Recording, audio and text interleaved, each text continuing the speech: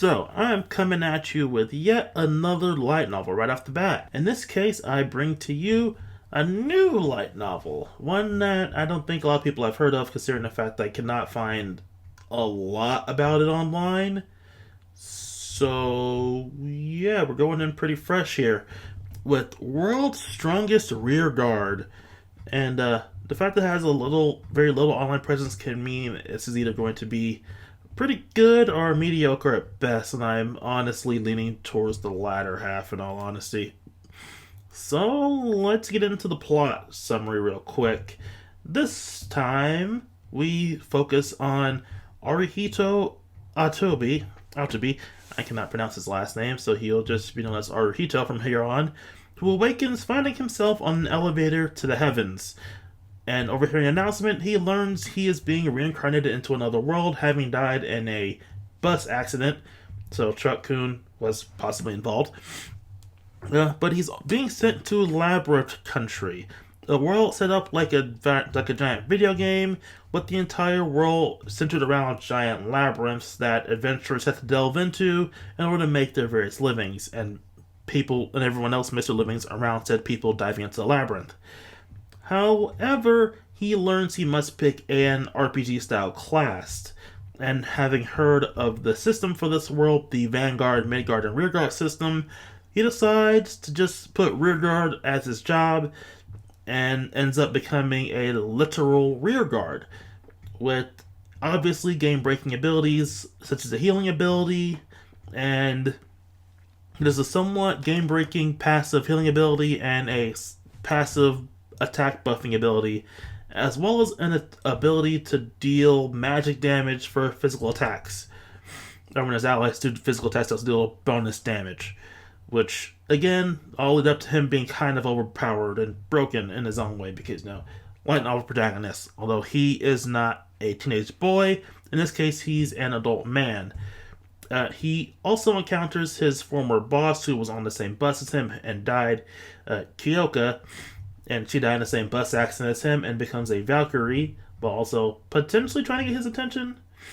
And because he doesn't have any allies and he can't attack by himself, hey, here's Naofumi, he ends up hiring a lizard demi-human mercenary to be his attacker named Teresa.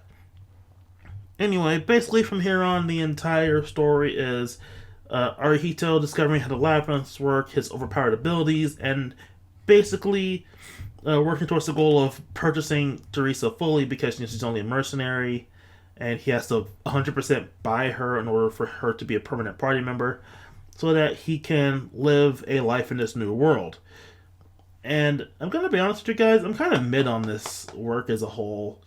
They get into some stuff with some hidden gods and some stuff with the labyrinths and named monsters and stuff, but yeah, this one isn't really hitting like a good start is supposed to. Like, there's not really an overarching definitive goal outside of live a peaceful life, which would be fine if that was the setup for the story, but it really isn't. This is, dive into the labyrinths for some reason that is pretty nebulous outside of earning money, as well as trying to find a goal of bringing Teresa back as a human, because the way demi-humans work in this world is they're humans who've died in a labyrinth and have been resurrected as demi-humans. And honestly, that's interesting, and some of the world-building elements are pretty interesting, like how the entire world, or at least the country he's in, focuses their entire economy, lifestyle, and businesses all around the labyrinths, which are holes to different parts of the world. But again, it feels lackluster, and it feels like it would be a better video game to play than a story to read. And I'm also giving it benefit of the doubt, and I'm hoping that the later volumes will be a bit more interesting with the characters in the world, because the characters are pretty bland.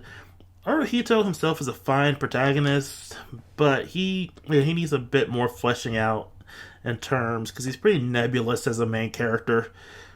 And Teresa and Kyoka are somewhat interesting. They seem to have some romantic feelings for him, but again, early series, so it's not really spelled out.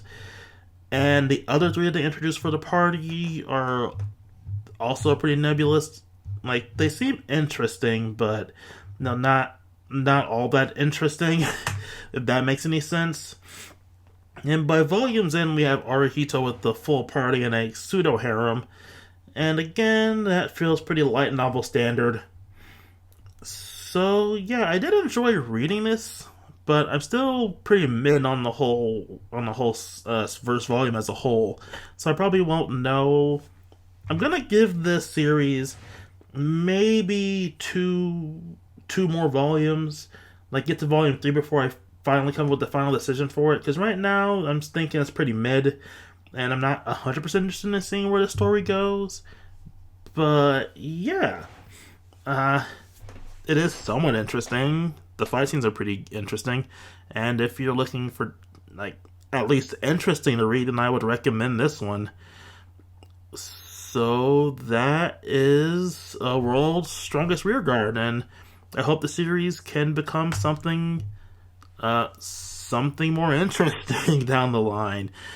And yeah, didn't leave as that for this episode.